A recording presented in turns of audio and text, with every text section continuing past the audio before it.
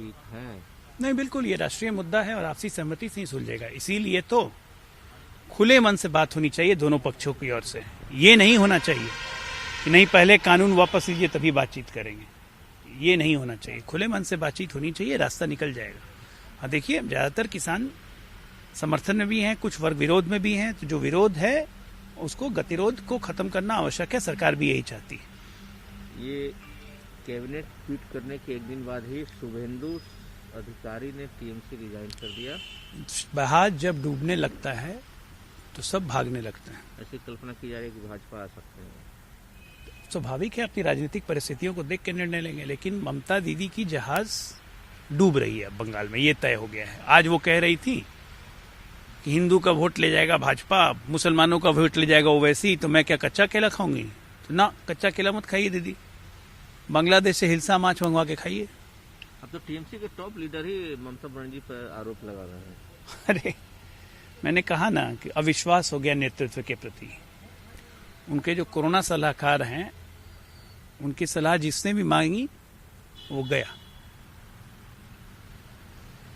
राहुल गांधी ने ट्वीट कर दिया, डिफेंस के जो पैनल का मीटिंग था, parliamentary panel meet on defence, और कहा कि समय की बर्बादी है ये। स्वाभाविक है, राहुल जी बिल्कुल ठीक बोल रहे हैं। भाई चीनी सरकार से चंदा लेंगे राजीव गांधी फाउंडेशन में, और चीनी गवर्नमेंट से कांग्रेस पार्टी करार करेगी, तो स्वाभाविक है कि भारतीय पार्लियामेंट की रक्षा समिति की बैठक उनको समय व्यर्थ लगेगा, क्योंकि उनको तो पीएलए का गुणगान करना है, भारत की आर्मी की तो गुणगान करनी ही नहीं है, रक्षा चीफ को चोर कहना है, तो क्यों डिफेंस कमेटी की बैठक में हिस्सा लेंगे? प्रधानमंत्री पर कमल हसन का करारा हमला डिक्टेटरशिप की संज्ञान में दिया। अब देखिए, जब एक कहावत है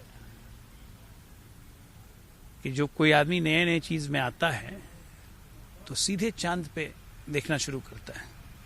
कमल हासन जी की तभी एंट्री भी नहीं हुई राजनीति में।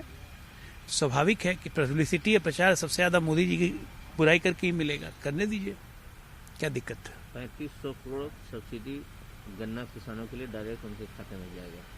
नहीं, उसके अलावा 5617 करोड़ जो पहले की सब्सिडी थी वो भी जाएगी, 3500 करोड़ सब्सिडी जो इनको मिलेगी, एक्सपोर्ट सब्सिडी, वो भी मिलेगी। तो ये गन्ना किसानों के लिए खुशखबरी है। देश का गन्ना किसान, खासकर उत्तर प्रदेश, बिहार, महाराष्ट्र के गन्ना किसान इस दिन के लिए बहुत इंतजार कर रहे थे। किसानों के दिन बदलेंगे इस देश में, ये तय है। ममता बनर्जी जो असदुद्दीन ओवैसी पर आरोप लगाया था, उन्होंने उनका जवाब दिया और कहा है कि मुस्लिम के जो वोटर है वो आपकी जागीर नहीं है। बिल्कुल ठीक कहा है, मुस्लिम वोटर किसी की जागीर नहीं है जैसे लोग समझते थे। ये छद्म सेकुलर लोगों को पीड़ा इसीलिए हो रही है क्योंकि देश बदल रहा है, कश्मीर बदल रहा है, राम मंदिर के बाद भारत बदल रहा है। आप देखिए कि नए किसान कानून लागू होने के बाद किसान बदल जाएंगे, बदल रहे हैं, ओवैसी के कारण मुसलमान बदल रहे हैं। तो स्वाभाविक है, ये जितने छद्म सेकुलरवादी दल, धर्मनिरपेक्ष दल हैं, तो इनको पीड़ा होगी। ये एनसीपी ने आरोप लगाया है कि केंद्र सरकार गुजरात मॉडल दिल्ली में लागू करना चाहती है, पार्लियामेंट का सेशन कैंसिल करके। देखिए, पार्लियामेंट का सेशन कैंसिल किया, अभी दिसंबर में नहीं हो रहा है, जनवरी में बजट सेशन होगा। अभी ठंड इतनी बढ़ी हुई है, कोरोना का प्रकोप बढ़ा हुआ है, वैक्सीन आने में 10 दिन बाकी है, तो स्वाभाविक है कोई भी सरकार जिसमें थोड़ी सी व्यवहारिकता होगी वो अभी कोई पार्लियामेंट का सेशन वगैरह नहीं करवाएगी। अब उसमें विरोधी को, विपक्ष को राजनीति तो करनी है, कुछ बयान देना है, सरकार की आलोचना करनी है तो करे।